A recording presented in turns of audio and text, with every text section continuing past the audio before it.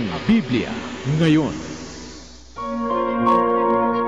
Isang pastoral na pag-aaral tungkol sa nilalaman ng banal na kasulatan, tutugon sa mga usaping kinakaharap natin ngayon. Batay sa katotohanan, lapat sa karanasan. Tuwing linggo, alas 8 hanggang alas 9 ng gabi, dito lamang sa Veritas 846, ang radyo totoo. Hatid sa inyo ng Paulines ng Biblical Apostolate ng Archdiocese of Manila at ng Veritas 846.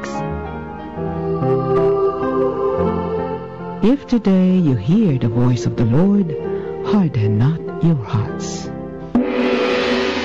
Ang Biblia ngayon. Makinig.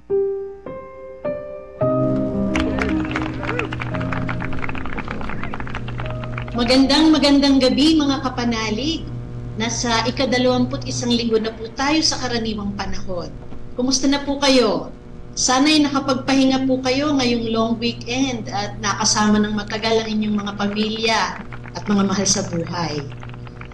Kamakailan po ginunita natin ang kamatayan ni Ninoy Aquino na nagdesisyong bumalik sa Pilipinas noong 1983. Dahil gusto niyang makasama ang kanyang mga kababayan sa gitna ng krisis na pinagdaanan nila. At alam natin lahat ang kinahinatnan niya, di ba? Subalit ang kamatayan niya ang nagsilbing mitya upang magising ang taong bayan at manindigan para sa katarungan, kapayapaan at kasarinlan. Kaya mga kababayan, saan man kayo naroon ngayon, ano man ang inyong ginagawa sa sandaling ito, inaanyayahan ko kayo na samahan kami sa isang oras na pagninilay ng salita ng Diyos dito sa programang Ang Biblia Ngayon. Ako po si Sister Rose Agtarap ng Daughters of St. Paul at Paulines Multimedia. Kapanalig, ngayong gabi ay isa na namang episode ng iWord. Welcome po sa inyong lahat, lalong-lalo na sa mga kabataan na nakikinig sa atin at sa mga kabataan mula sa Diocese ng Parañaque na makakasama natin sa gabing ito. At syempre, kasama ko rin po ang aking co-host, broadcasting live sa studio ng Veritas 846, ang Direktor ng Biblical Apostolate ng Archdiocese of Manila, si Reverend Father Adonis Saclono. Magandang gabi, Father. Magandang gabi sa inyong lahat mga kapanalig. Napakaligayang linggo, no, ng pagdiriwang natin ng ating pananampalataya sa bawat parokya. At ngayon po ay nandito na naman tayo para maghatid, no, ng paglilingkod sa ating mga kapanalig sa iba't ibang dako ng Pilipinas at daigdig upang ibahagi rin yung salita ng Diyos. Pero ngayon po ipapakilala ko itong ating mga bisita po. So, yung mga kabataan na punong-puno ang pag-aalab, no, sa paglilingkod sa Panginoon, no. Papakilala ko lang po yung kanilang mga pangalan at sila na po ang magsasabi, no, kung anong ginagawa nila at kung ano pa yung mga nais nilang sabihin, no, mula sa kanilang diocese, no. Ang ating pong mga guests ay mga junior catechists and Bible apostles, Bible apostolate, si Robert Mallory Johnson at si Reka Samonte. Sige, Robert, ikaw muna magpakilala. Magandang gabi po mga kapanalig. Ako po si Mallory. Ako po ay 20 years old from the Diocese of Parañaque of Our Lady of Fatima Parish, Las Piñas City. Ako po ay senior high school student. And sa kasalukuyan naman po, I am discerning religious life. Sa aming parokya naman po, ako po nga ay junior catechist, altar server at lay Carmelite na din po. Sino naman yung mga tinuturuan mo, Mallory, sa inyong parokya bilang junior catechist? Ako po, nag-a-assist lang po talaga ako sa mga catechists po namin when they teach about sa mga First Communion, sa mga para sa confirmation po. Ayan. Pero in my spare time, I try to teach about prayer naman po sa mga bata. Napakaganda, napakalalim. O si Reka naman ang magpapakilala. No, Reka, sige. Magandang gabi po mga kapanalig. Ako po si Reka Samonte, 22 years old po at kasalukuyang fresh graduate ng Dr. Filimon C. Aguilar Memorial College of Las Piñas. At ako po ay mula sa aming Diocese of Parañaque, parokya ng Our Lady of Fatima Parish, Las Piñas.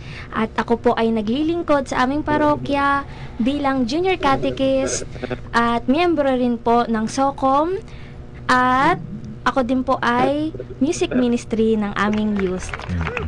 Sige, Reka, ikaw rin ay kabahagi ng Bible Apostolate, no? Yes po. Ano bang ginagawa niyo tungkol sa mga Bible activities apostolate sa inyong parokya? Ini-explain po ang bawat verses na aming per day po kasi per week po meron po kaming specific na verses na inaaral po. So with the help of Father Tito, mas lalo po naming mas naintindihan ang turo ng Diyos. Yan, napakaganda. Ngayon po mga kapanalig, mag-aantayin natin sapagkat mamaya sila ay magbabahagi, no, nung kanilang pagninilay sa ating topic ngayon, no. Pero bago natin banggitin yung ating topic, mabuting pangunahan tayo ng Diyos sa ating programa ngayon. Kaya tayo ay papasok, no, sa pambungad na panalangin na pangungunahan ni Sister Rose.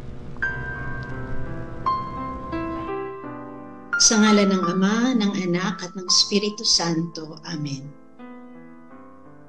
Mapagpalang Ama, salamat po na nagkasama-sama kaming muli dito sa Ang Biblia Ngayon ng Radio Veritas. Ikaw na bukal ng lahat ng karunungan, ipadala mo ang iyong banal na Espiritu upang patnubayan kami at liwanagan ang aming isipan nang maunawaan namin ang iyong salita at lahat ng pag-aaralan namin at maririnig namin ngayon. Gabayan mo ang aming tagapagturo na si Father Adonis at si Mallory at Reka, ang mga kabataang makakasama namin ngayong gabi, at ang lahat ng kapanalig na nakikiisa sa pag-aaral ng iyong salita. Basbasan mo rin po ang apostolado ng Radio Veritas, ng Daughters of St. Paul at Paulines Multimedia at ng Biblical Apostolate ng Archdiocese of Manila, upang lalo po kaming maging masigasig sa pagpapalaganap ng mabuting balita. Lubos nawa kaming manalig at magtiwala sa Panginoong Hesukristo, ang tinapay ng buhay. Amen. O Jesus, ikaw ang daan, ang katotohanan at ang buhay. Iligtas mo kami. O Maria, Birhen ng katotohanan, Ipanalangin mo kami. sa ngalan ng Ama, ng Anak at ng Espiritu Santo. Amen.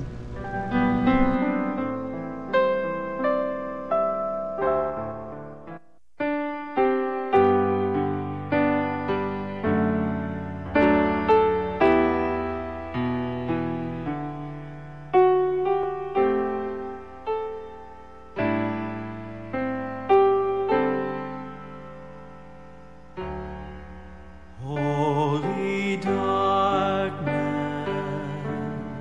blessed night, heaven's answer hidden from our sight, as we await you, O God of silence, we embrace your holy night.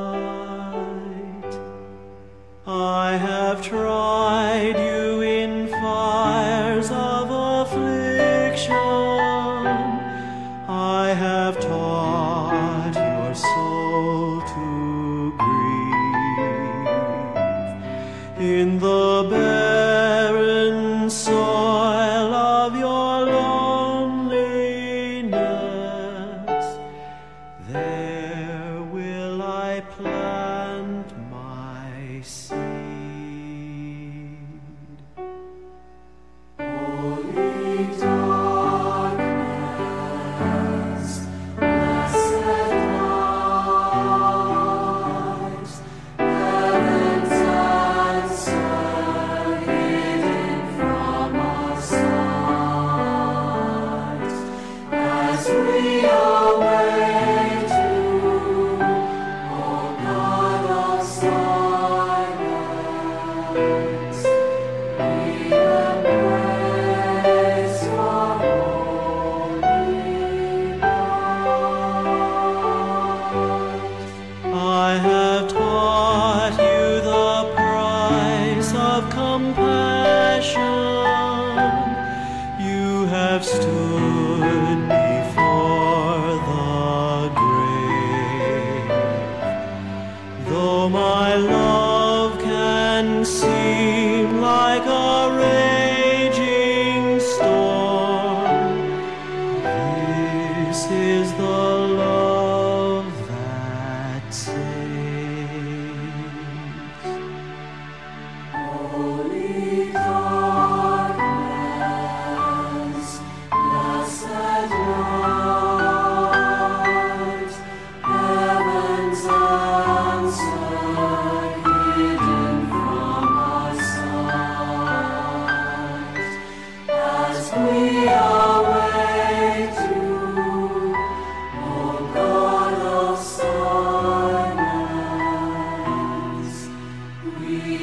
Praise your holy name.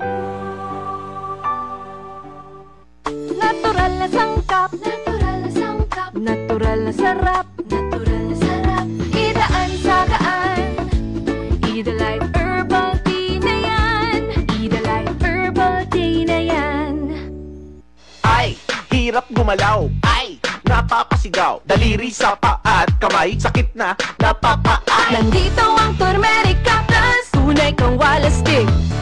Mahalagang paalala, ang Turmerica Plus ay hindi gamot at hindi dapat gamitin panggamot sa anumang uri ng sakit.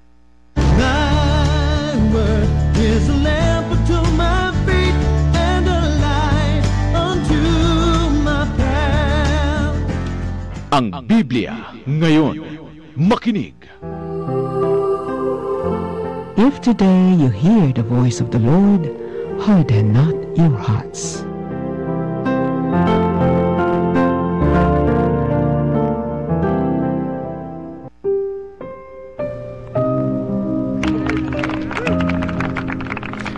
Nagbabalik po tayo sa ating programang Ang Biblia ngayon. Sa ika-4 na linggo po, palaging meron tayong mga bisitang mga kabataan dahil ito rin po yung I-Word, no?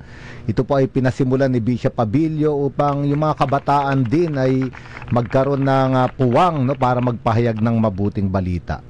Ngayon sa gabing ito, ang pag-uusapan po natin ay yung salitang krisis. Pag napakinggan natin yung salitang krisis, natatakot tayo dahil akala natin yung krisis, yung pagpapahirap, kakulangan sa pera, kahirapan, krisis ekonomiya, o krisis ng mga trahedya.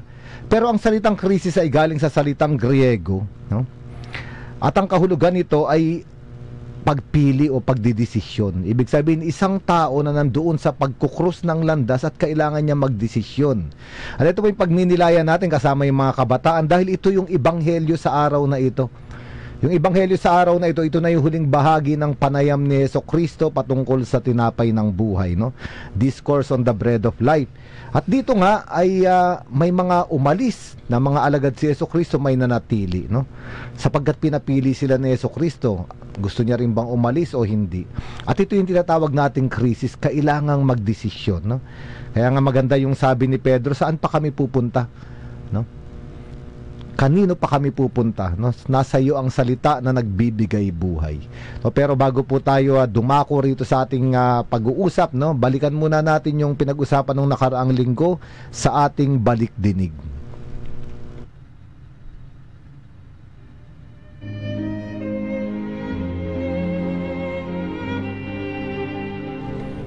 Sister Rose, ang ating Balikdinig ay ating pakikinggan. Sa nakaraang katotohanan.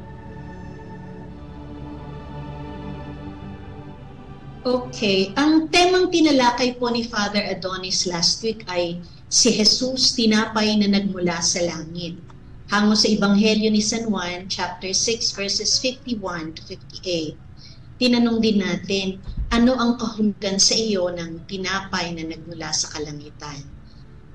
Sabi ni Father, dahil sa dakilang pagmamahal ng Diyos sa atin, ipinadala niya mula sa langit ang Panginoong Hesukristo.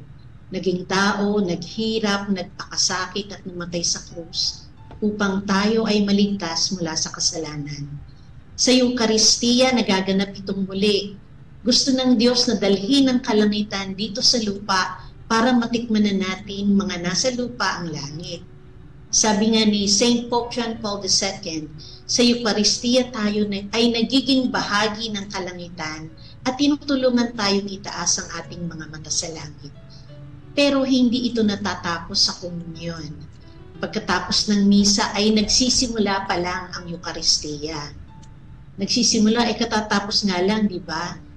Sabi ni Father, sapagkat ang Eucharistia ay misyon, inaanyayahan din tayo na ibigay ang ating buhay sa kapwa. Dahil kapag ibinibigay natin ang ating buhay, hindi ito nawawala. Mas lalo itong nagiging walang hanggan. Bilang pagtatapos, sabi ni Father, ang Eucharistia ay Passover o pagtawid ni Jesus mula sa kamatayan patungo sa buhay na walang hanggan, mula sa pagkaalipin ng mga anak ng Diyos tungo sa kanilang kalayaan. Kapag dumadalo tayo sa Eucharistia, Minsan, di ba, malungkot tayo, walang buhay, pagod, walang pag-asa. Pero sa bawat Eucharistia, pwede tayong tumawid at gusto tayong isama ng Panginoon sa pagtawid sa panibagong buhay.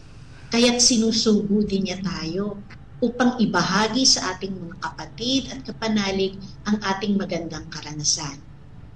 Kaya kung gusto po ninyong marinig yung kabuuan ng episode ng Ang Biblia Ngayon ng nakaraang linggo, available po ito sa Facebook pages ng DZRV 846 Veritas, sa Paulines Multimedia PH, at sa Arkham Ministry on Biblical Apostolate. Yun po ang ating tinalakay last week, Father. Salamat, Sister Rose. So ang ating pong tanong para bigyan tayo ng pagkakataong magnilay at magbahagi ay, sa Ebanghelyo ay mayroong mga alagad na umalis at hindi na sumunod kay Jesus, ngunit mayroon ding mga nanatili. Ano ang kahulugan para sa iyo ng salita ni Pedro, Panginoon, kanino pa po kami pupunta? No? Ipadala niyo po ang inyong mga pagbabahagi sa ating text line 0918-837-4827 at ganun din po sa ating comment section sa Facebook Live. No? Sige po, ngayon ay simulan na natin para pakinggan natin yung mga pagbabahagi ng mga kabataan. No? Itong Ebanghelyong ito ay nagsimula, no, sa araw na ito sa isang magandang pagsisimula pero totoo at hindi madaling maunawaan. Sabi rito, nung marinig ito ng mga alagad ni Jesucristo, sumusunod na sa kanya, 3 taon na ang sumusunod kay Jesucristo, sabi nila mabigat na mga salita ito, mahirap tanggapin. No? At makikita natin totoo, minsan kapag nagsalita ang Diyos o nagsalita ang simbahan, mahirap tanggapin ng mga tao, no? Maraming issue, no? Maraming mga usap-usapan sa ating lipunan ngayon, no? Na nagsasalita ang simbahan at mahirap tanggapin ng mga tao yung sinasabi ng simbahan. Halimbawa ay yung sinabi ni Jesucristo na ang pinagsama ng Diyos ay huwag paghiwalayin ng tao, no? Mabigat ito sa maraming tao ngayon, kaya nga merong bill of divorce o kaya naman sagrado ang buhay, no? Yung iba ayaw matanggap sapagkat yung abortion, no, halimbawa pagpapalaglag ng bata ay nagiging talamak na sa iba't ibang bahagi ng mundo, no? At sa Pilipinas ito yung nangyayari rin, no? At marami pang mga salita na sinasabi ang Diyos sa pamamagitan ng simbahan na mabigat tanggapin, no, ng sanlibutan, no? Kaya nga hindi nila matanggap, no? Pero ang hindi talaga matanggap dito ay yung sinabi ni Jesucristo na ang laman ko ay ibibigay ko at magiging pagkain, ang dugo ko ay ibibigay ko. Ang ibig sabihin nito, si Jesucristo ibibigay niya yung lahat-lahat sa kanya. Dahil ang totoong pag-ibig ay binibigay yung lahat-lahat, mamamatay sa sarili para buhayin yung minamahal. At para sa kanila ay mahirap tanggapin ito. At kahit naman sa mundo natin, mahirap tanggapin yung ganitong uri ng pag-ibig, no? Isang pag-ibig na kayang mamatay sa sarili para ialay yung buhay sa iba, no? Kasi ang mundo natin palaging ako, no? Ang palaging ipinagtatanggol ng tao ay yung kanyang sariling kaligayahan, sariling oras, sariling pangarap, at wala nang puwang ang Diyos at ang kapwa. Kaya nga mahirap tanggapin itong ganitong uri ng pag-ibig, no? Yung larawan ng Diyos sa krus, ang nakabayubay na si Jesucristo, mahirap tanggapin ito. No, kaya nga yung iba sinasabi nila, bakit nyo pa nilalagay ang mga Katoliko? Ba't nyo pa sinasabit yung mga krus na yan? Binabalik-balikan nyo ba yung paghihirap ni Jesucristo? Pero sa mga Katoliko, kapag tinitignan natin yung krus, hindi natin nakikita yung paghihirap ni Jesucristo lamang. Hindi tayo mga sadista. Ang nakikita natin dyan, itong dakilang pag-ibig na ibinigay ang lahat-lahat, no? At ito yung napakaganda, mahirap tanggapin. Kaya nga, yung sumunod, sabi ni Jesucristo, kung ito pa nga lang sinasabi ko ay naguguluhan na kayo, paano pa pag nakita ninyong pumanik sa kalangitan, yung bumaba mula sa kalangitan? Ang ibig sabihin, kung ang sinasabi pa lang ni Jesucristo ay yung mga bagay na maaari pang maintindihan, paano na kapag bumukas pa yung langit? Paano na yung misteryo na ng langit ang dumating? At anong sinabi ni Jesucristo? Mahirap intindihin ito. Bakit? No? Sapagkat sabi niya, ang Espiritu ang nagbibigay ng buhay at ang laman ay walang maibibigay. Ngayon, ang usapan dito, Espiritu at laman. Isang taong nabubuhay sa Espiritu, isang taong nabubuhay sa laman. Yung taong nabubuhay sa Espiritu, at meron siyang Espiritu na Jesucristo, kaya niyang isabuhay ang Eucharistia, na mahati-hati ang kanyang buhay para ibigay sa iba. Ito ang nabubuhay sa Espiritu. Ang taong nabubuhay sa laman, lahat ay para sa kanya lang. Ibig sabihin, hindi kayang mamatay ng taong ito sa kanyang sarili para magbigay ng buhay sa iba. Pero nakakalungkot, dahil ang taong nabubuhay sa laman, ito yung taong buhay pero walang buhay. No? Maalala natin ilang ulit sinabi ni Jesucristo. Sabi ni Jesucristo, kapag minahal mo ang sarili mong buhay, kapag ipinagtanggol mo ito, mawawala ito. Pero sabi ni Jesucristo, ngunit kapag nawala ang iyong buhay, dahil sa akin, pagmamahal sa akin, at ganun din sa pagmamahal sa kapwa, saka mo matatagpuan ito. Yung taong may espiritu na iniaalay yung kanyang katawan at dugo katulad ni Jesucristo, yung kanyang buong buhay sa iba, ito yung totoong may buhay. Ito yung tinatawag nating Eucharistic life. Yung taong alipin ng sariling kaligayahan, sariling laman, ito yung nawawalan ng buhay. No? Buhay pa, pero patay na. No? At ito yung pinag-uusapan dito. Kaya nga, sabi ni Jesucristo, alam ko naman na kung sino ang magtataksil sa inyo at sino ang magtatatwa sa akin. Alam na alam ko. No?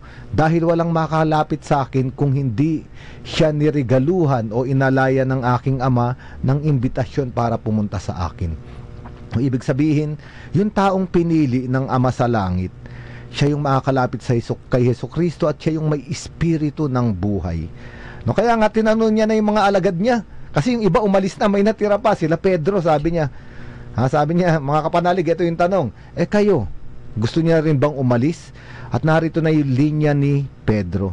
Sabi niya, Panginoon, saan, kanino pa naman kami pupunta? Nasa iyo ang salitang nagbibigay buhay. At napakaganda nitong sagot ni Pedro. No? Kasi si Pedro, siya yung isang tao na ginawa niya na ang lahat sa kanyang buhay. Pero wala siyang natikman na buhay. Naalala natin sa Ebanghelyo ni San Lucas, chapter 5, nangisda sila buong magdamag, pagod. Mag-uumaga na bigong-bigo sila dahil wala silang nahuling isda. Yung hanap buhay nila ay walang nakuhang buhay. At wala silang buhay na maiuwi sa kanilang tahanan. Ibig sabihin, ang paghahagis ng lambat ay paghahanap ng buhay. At pwede nating sabihin ito, hinagis natin yung lambat natin sa iba't ibang lugar, sa mga relasyon, sa katanyagan, sa kaligayahan dito sa mundo, sa pakikipagkaibigan, umuwi tayong bigo, walang buhay. Kaya nasabi ito ni Pedro, naranasan ko na yung Panginoon lahat. Ayoko nang maghanap, sa'yo na lang. Nasa iyo yung buhay, salitang nagbibigay buhay. At ito po yung ating pagninilayan na magbabahagi yung mga kabataan natin, pagbabalik po natin, no? Dito sa Ebanghelyong ito, no? Ngayon po, pwede po kayong magpadala rin ng inyong pagbabahagi, no, sa ating text line 0918-837-4827 at ganun din sa ating Facebook comment section live, no? Father, marami na pong nagpadala sa Facebook, pero siguro mag-break na muna tayo. Sige, mamaya na po. Pagkatapos ng pagbabahagi ng mga kabataan. Okay.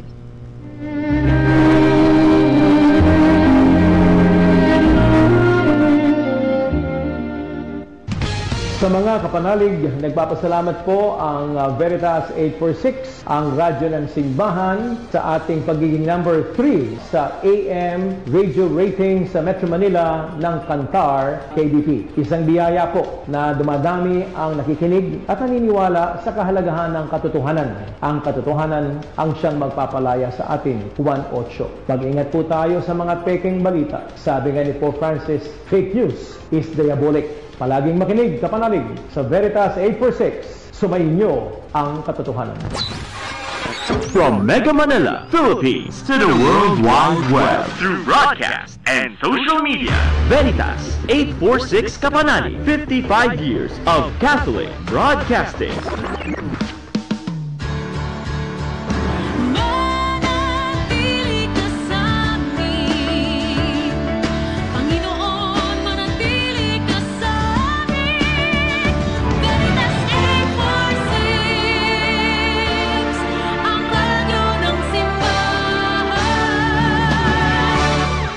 Member, Catholic Media Network and kapisanan ng mga broadcaster ng Pilipinas. Ang ating pong oras ay 32 minuto makalipas ang 8 ng gabi. Thy word is a lamp unto my feet and a light unto my path. Ang Biblia ngayon. Makinig. If today you hear the voice of the Lord, harden not your hearts.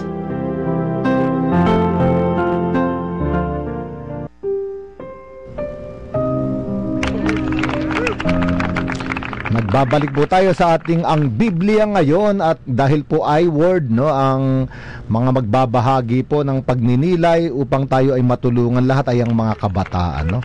Ngayon po ay ating bibigyan ng pagkakataon, no, si Robert, Mallory at si Reka, no. Ano ba, no, ang kahulugan para sa iyo ng salita ni Pedro? Panginoon, kanino pa po kami pupunta, no? Nasa iyo ang salitang nagbibigay buhay. Ladies first ba o si Mallory? Okay, sige Robert. O, sige. Magandang gabi po mga kapanalig. Nung mabasa ko po yung ebanghelyo natin ngayong araw, maalala ko po yung simula ng conversion ko. 2 years ago po, I was a completely different person. Ng mga 18 years old pa nga lang po ako. Kaka 18 years old ko pa nga lang po nun eh. And ang mga bagay na hinahanap ko is para yumaman, para sumikat, para maging successful sa theater, mga mundong bagay. At yun na rin yung mga bagay na pinagdadasal ko. And every first Wednesday pa nga po, sinasamahan ako ng mom ko sa Baclaran Church para yun din mga panidosong bagay din ng pagdadasal ko. Pero may isang beses po na pumunta kami doon at nakaluhod ako sa altar rail ng Baclaran Church. Habang nagdadasal, believe it or not, nakarinig po ako ng voice say to me, bakit yan pa yung mga hinihiling mo? Kung alam mo naman sa sarili mo, deep inside, kahit ibigay sa'yo lahat ng hinihiling mong yan, hindi matatapos yung cycle ng maghahabol ka, magiging masaya ka, at makukuha mo yon. Tas mawawala, malulungkot ka ulit, maghahabol na naman, paulit ng paulit hanggang sa mapagod na lang. And dun ko na-realize lahat na, oo nga, lahat ng hinahanap ko sa buhay. Bakit hinahanap ko yung mga temporal happiness, mga kung tawagin nila, kung pwede ko naman hanapin, nasa harap ko na nga at that moment, ang source of all happiness. And yung experience po na yun has led me to be more curious about the faith. Kasi sa totoo lang, mapagdasal po ako noon, ever since naman po, prayerful po talaga ako na person. Pero, yung kind of prayer na mababaw po kung isipin, or transactional pa nga. Diba? Pero, that had led me to become more curious sa faith. Mas inaral ko yung pananampalataya kasi what is this? Na something familiar pero new.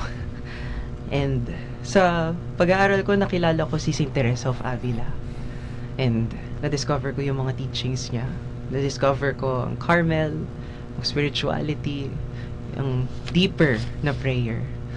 Tapos, of course, ayun, vocation po. And dahil nga po, naalala ko, lola ko po was a lay Carmelite herself. Na-inspire po ako sa kanya na sinabi ko, Mama, gusto ko na din maging lay Carmelite. Pero may iba pang hinahanap yung puso ko. Something more po than just a lay Carmelite. Pero another thing na na-inspire ako sa pag-aaral ko about the faith was to serve. The deeper I went, mas na-realize ko na yung reason kung bakit karamihan ng mga kabataan, lalo na myself or just anybody na nawawala or humihiwalay sa simbahan, madalas it's because of poor catechesis. If only they know, diba? sobrang ganda ng ating pananampalataya. And another is, sa pagdadiscern ko on vocation, na-inspire din ako na ipagpatuloy ng pag-aaral. And sa school ko po, since I study at St. Joseph's Academy sa Bamboo Organ po, kung familiar, tabi lang po nun ng Adoration Chapel. And every day, I try to make it a habit na dadaan ako ng Adoration Chapel. Dadaan ako sa Diyos, hihilingin ko sa Kanya, Lord, please samahan mo ako today. Kailangan kita. Pero, ayun nga po sa ebanghelyo natin ngayong araw, naisip ko, kung ang Diyos po ba ang magtanong sa akin, ang humiling sa akin, Mallory, samahan mo ako. Magbika kaya ako tulad ni Pedro na kanino pa po ba kami sasama?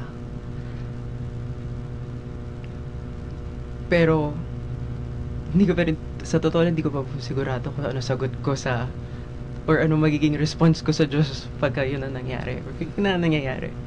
Pero, one thing is sure sa akin, ayoko, kinakatakutan ko na matulad ako doon sa mga disipulo na nakilala na nila si Jesus. Pero, dahil hindi nila kinakaya yung mga hinihiling sa Kanya, bumabalik sila sa dati nilang pamumuhay. Iniiwan nila si Jesus. Yun, napakaganda nung pagbabahagi ni Mallory, no? Talagang tinawag siya ng Diyos, no, noong siya ay bata pa, no? At meron ngang karanasan ng conversion, no? At ayaw niya nang humiwalay, no? Ngayon naman, pakinggan naman natin si Reka, no? Siya ay isang junior catechist din. At ano ba ang maibabahagi mo, Reka, dito sa sinabi ni Pedro, no? Saan pa kami pupunta? Kanino pa kami pupunta? Magandang gabi po mga kapanalig. Ako po si Reka. Inahinitulad ko po ang sarili ko kay Pedro sa ating ebanghelyo, lalo na sa pagsubok na kanyang hinaharap. Katulad ng pagsubok na aking nararanasan bilang isang fresh graduate, mahirap po talagang makahanap ng trabaho. Despite na maganda ang iyong kursong kinuha, pero hindi sa lahat ng pagkakataon talaga ay maibibigay sa'yo or ibibigay sa'yo yung kurso na yon. A lot of rejections na nararanasan ko. Rejections din sa trabaho, sa ina-applyan, rejections also sa family. Na may uuwi na lang ako sabihin, may trabaho ka na? Wala pa po eh. Nakakatawa lang kasi sila din, they were excited to me na magkaroon ng trabaho. Kasi ako po yung unang daughter ng daddy ko po na nakapagtapos. So, pressures din na as panganay, may mga kapatid din po akong kailangang tulungan din pag-aralin. Ayoko din kasi pong maging pabigat sa family ko na gusto ko din pong makatulong din sa kanila. And nakakatuwa po kasi despite na yung rejections na yun, pinagpipray ko pa rin kasi hindi lahat ng kumpanya po ay nagbibigay ng update sa'yo na may job offer. Pero I'm still thankful for it kasi pinagpray ko, hindi nila ako pinaasa. Ayun yung napaka-malaking inspiration ko dahil binibigyan ako ng ibang job opportunities. Going back to the gospel na sinabi ni Pedro, kanino kami pupunta? Kanino ako pupunta? Ang sasagot ko din po, una, sa trabaho. Una ko pupuntahan yung pamilya ko kasi sila lang din naman ang lalapitan ko sa anumang pagsubok, sa anumang hamon ng buhay. At lalong-lalo na, wag nating kalimutan na lumapit sa Panginoon. Kasi there's a reason for it kung bakit rejections, bakit wala rejections talaga. I mean, siya lang talaga ang tanging malalapitan mo. You pray for it, you surrender it to God. Yun lamang po. Salamat. Nako, napakagandang pagbabahagi ng ating mga kabataan. Ito po yung bunga, no, kapag yung mga kabataan natin ay nakakapakinig, no, ng salita ng Diyos at nabababad sila ron, no. Ibig sabihin kasi ng salita ng Diyos, ito yung salita na galing sa langit. At yung mga kabataan natin, kapag nakakarinig sila nito, hindi na lang nila nauunawaan yung buhay sa mundo sa interpretasyon ng mundo, ng social media, ng kung sino-sino, no? Kapag nakikinig ng salita ng Diyos sa mga kabataan, no, meron ng interpretasyon, no, na galing sa langit, no? O ano naman, sa pagka nagbabahagi kayo ng Bible sa Bible Apostolate, Reka, sa parish ninyo, ano naman yung mga kaliwanagan na nakukuha mo sa inyong mga Bible sharing doon, mga Bible activities?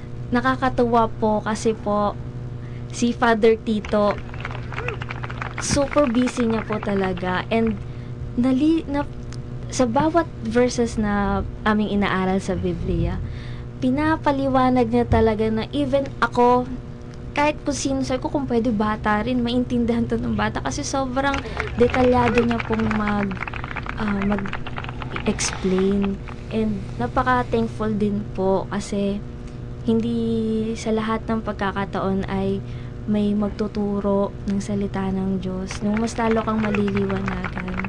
Kaya hindi lang po sa gabay ni Father Tito, you should also pray for your Holy Spirit para mas lalong maintindihan yung salita ng Diyos. Yun, napakaganda po yung mga pari po na naglilingkod, no? Hindi lang nagmimisa, nagbibigay ng mga sakramento, kundi nagpapalaganap din ng salita ng Diyos. Napakaganda po, no? Ito po yung ating ginagawa sa mga Bible Apostolate, no, sa buong Pilipinas, no? Ikaw naman, Mallory, yung kapag nagbabasa ka ng Bible, ano yung karanasan mo kapag may salita ng Diyos, no, na binabasa mo? Ano yung karanasan mong partikular, no, na nakikita mo?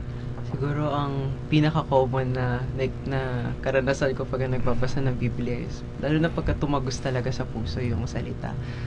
Yung na-apply ko yung sarili ko sa mga characters na 2,000 years ago pa nabuhay. Mangyak-yak talaga. Aagos talaga yung luha eh. Para sa akin doon dumadaan ang Holy Spirit. Na una, it's enlightening.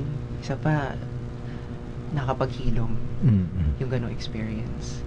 Pagka ako, though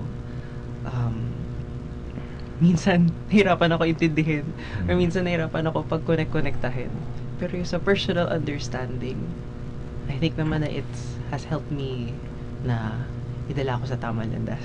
And it also serves to din talaga as my guide pagka nawawala, nalulungkot, yun binabalik-balikan ko yung Lectio Divina, ganun po. So, salamat Mallory, salamat Reka, no? Tandaan po natin dito sa ebanghelyo natin yung krisis, kapag dumadating sa atin ito ay hudyat, no, na malaya tayo, no, na kung sino ang pipiliin. No, pero kapag may krisis, isa lang din ang ibig sabihin nito, sumisigaw ang Panginoon, no, na parang sinasabi niya, ako ang piliin mo. At ito nga yung pinili na itong ating mga kabataan, no? Ngayon po tayo ay dadako muna sa kaunting pagpapahinga, no? Bago natin basahin yung mga messages, no, ng ating mga kapanalig, no, na sumusubaybay sa atin ngayon at yung kanilang mga pagbabahagi.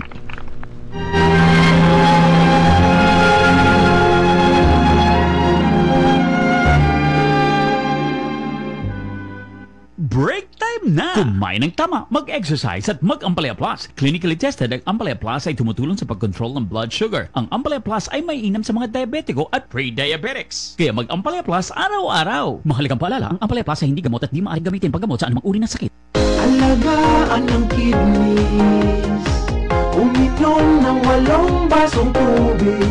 Renalin, Renalin, Renalin, araw-araw. Mahalagang paalala, ang Renalin ay hindi gamot at hindi dapat gamiting panggamot sa anumang uri ng sakit. Thy word is a lamp unto my feet and a light unto my path. Ang Biblia ngayon. Makinig. If today you hear the voice of the Lord, harden not your hearts.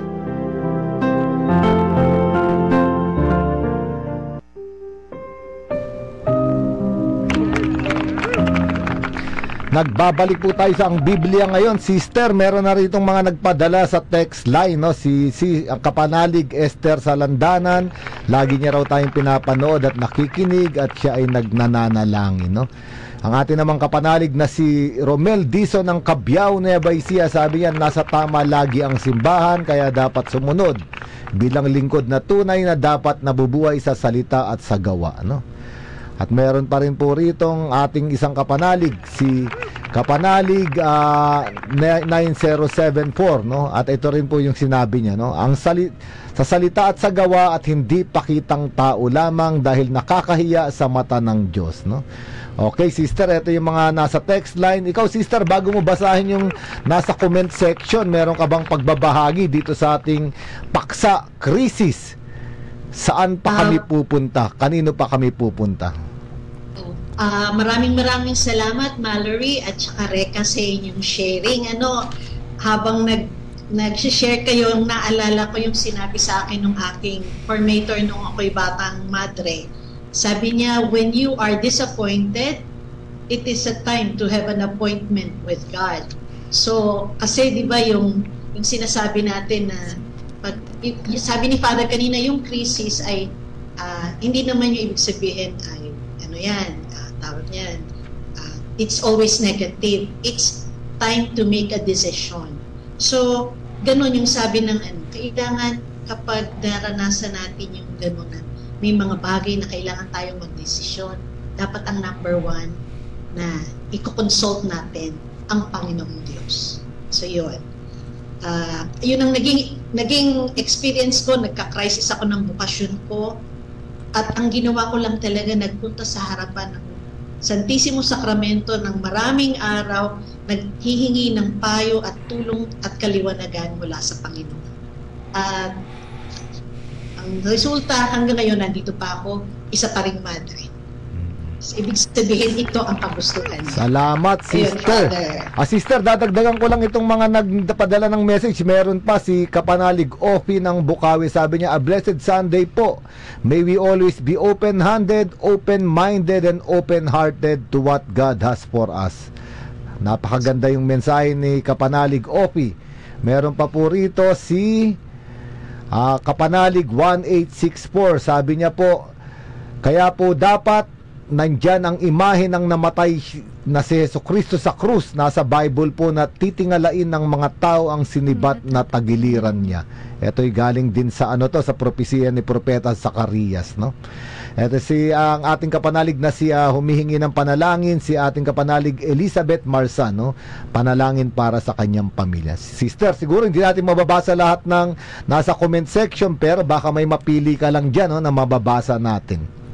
O si Adele Luxon, good evening mga sisters and father watching from Palmera Homes, Phase 4, North Fairview, Divine Savior Parish. Si Lay Castolo, bumabati ng good evening. Si Jocelyn Canyo, Maribel Cruz, Reynan Orosio, Raquel Saclolo, I'm watching from Montalban, Rizal. Jose Olita, Clarida Santos Paez, at si Raquel Saclolo, magandang gabi po sa lahat. Mel Fajardo, si Santi Met, sabi dito, pakantahin niyo si Bert, galing ng boses niya. Siguro sa susunod, si Mallory ba yun? Si Bert? Carla De Jesus, happy for you, Sister Reka Samonte and Brother Mallory. Si Lilia Mercen is watching. Lulu Lim, good evening po, Father and Sister and everyone. A blessed Sunday. Si May Beniza Castillo. Virgin Diaz, pagdasal nyo naman po ako. Ayan. Tapos si Susan Nalugon, good evening, Father. Watching your program, nagbibigay ito ng maraming pagpalalim ng ating pananampalataya. Maraming salamat po, sabi niya. Si Lisa Manding is watching. RV Dries is watching from Nasugbo, Batangas. And then si Girly Asenero, Mayra Pacada, si Rosalie Bogo Luces, watching and listening to your program, Ang Biblia Ngayon. Salamat sa pagbibigay at pagbabahagi ng iyong homily, Father Adonis from Santa Mesa. Si Zaire Mimba, binabati niya si Mallory. Si Divina Ramos de Dios, good evening po, Father, watching from Montalban. Mary de la Rosa, good evening, mga kapanalig. At si Evelyn, ang haba ng apelyido niya, Columbres Bantugan, watching. Rene Albert San Gabriel, nabati nila si Mallory at Reka, good job sa inyo. Ayan. Si Carla de Jesus, ang galing ni Mallory at Reka. Oh, good. Si Andrea Cruz, good evening po. God bless us all. Clarita Espino, Virgin Yegas. Habang binabasa ko, lalong dumadami yata yung pumapasok ng mga Sister, pangalan, Father. shout out na lang natin sila. Baka hindi na natin maubos. Shout out si Grace Dacanay, Connie Arcadio, Bok Balbuena, si Eclair Reveil, watching from Bahrain. Please include po my son Franco for divine guidance, clarity, wisdom to discern his course. So, Closerpida Macaspak, Fe de Leon Evangelista, si Richard Diosana Sevilla. Good evening po, Father, watching from Novaliches, Quezon City. At siguradong marami pang papasok. Ayan, salamat sa inyo mga kapanalig. Magamat di namin mabasa lahat ng message ninyo, alam po ninyo na tinitignan po naman namin, ngunit wala tayong oras. Ngayon, dahil bago po tayo magtapos, no, hihinga natin ng huling salita, no, ang ating mga bisita para bigyan din nila ng encouragement yung iba pang mga kabataan, no, sa pananampalataya natin sa simbahan. Sige, Reka, ikaw muna, ay yung masasabi mo sa ating mga kabataan, no, sa simbahan natin, no, anyayahan sila. Magandang gabi po mga kapanalig. Hindi lang mo po sa aming simbahan. Inaanyahan ko din po yung mga kabataan na maging parte ng kanilang mga parokya kasi napaka-importante po na may pananalig po kayo sa Diyos. Napaka-enjoyable din po kapag kayo po ay nag-join sa inyong ministry. Nakakatuwa po. And gusto ko po sana po pasalamatan kayo po, Father Ado, Sister Rose, and also po sa aming supportive na parish, ang Our Lady of Fatima Parish, our parish priest po, Father Tito Ranyola, and to all my friends and to all my families, I love you po. Salamat. Ikaw naman, Mallory. Kung may message man po siguro ako sa kahit sino man, lalo na sa kabataan na nalulungkot, feeling na hopeless ang buhay, feeling na wala na, natatakot, nagdududa, or hindi pa nga naniniwala sa Diyos. From my own experience, siguro ma-recommend ko talaga is to pray. Kahit na maliman yung motivations mo to pray, pray pa rin. Pray. Kahit wala ka nararamdaman, walang sumasagot sa prayers mo, pray. Kasi, yun yung first step. Doon din nagsimula ako sa prayer. So, something na talaga makakatulong is prayer. And, ayun. And, I would like to thank din po our parish, Our Lady of Fatima Parish, and our parish priest. Lalo na po sila, Tita Sandra, si Ate Miki na tumulong po sa amin. Si Ate Miki nandito, siya yung nagdala rito sa mga kabataan. Sige po, salamat mananabik po tayo dahil bawat fourth Sunday of the month, may iba-iba pong kabataan na ina-assign ang ECBA-NCR, no, yung Episcopal Commission on Bible Apostolate ng National Capital Region, every fourth Sunday po. Sana makita uli natin dito sila Mallory at si Reka, no. Sister, siguro tayo na rin ay magpasalamat, no, para sa ating mga kapanalig at dito sa istasyon. Meron lang pong humabol, Father. Si Heidi Magbanwa. Good evening, watching from Puerto Princesa, Palawan. So, hi Heidi. Binabati ko lang po yung mga lay leaders ng San Isidro Labrador Parish sa Calamba. Magbibigay kami ng basic Bible seminar na Discovering Together God's Word bukas at sa Martes, at hopefully sila naman ang magpalaganap dito sa kanilang mga grupo. Pakisama po ninyo mga kapanalig ang magbibigay naming seminar na ito sa inyong mga panalangin. Kaya po maraming salamat Father Adonis, Mallory, Reka. Talagang napakaganda ng ating talakayan at ang ating sharing ngayong gabing ito. Salamat din sa inyong inyong parish priest at sa lahat ng lay leaders na tumulong para makapunta sila sa station ngayong gabi. Salamat po sa lahat ng ating mga kapanalig na nagpadala ng kanilang mga comments, kahilingan at pagbati at nakiisa sa atin ngayon. Inaasahan po makakasama namin kayo muli sa susunod na linggo. Pasalamatan po natin ang ating Panginoon at sa ngalan po ng co-pilot natin sa studio sa Veritas 846, kay Romar Bendo sa ating PA at kay Jeannie Francisco sa technical side. Ito po ang inyong lingkod, si Sister Rose Agdarap ng Daughters of St. Paul at Paulines Multimedia. Nagpapasalamat sa inyong pagsama sa amin ngayong gabi. Pasalamatan din po natin ang ating Panginoon sa lahat ng kanyang biyaya, lalo na sa dakilang pagmamahal, pagpapadala ng Panginoong Hesus sa atin bilang tinapay ng buhay. Lagi nawa tayong manindigan bilang kanyang mga alagad at piliin siya.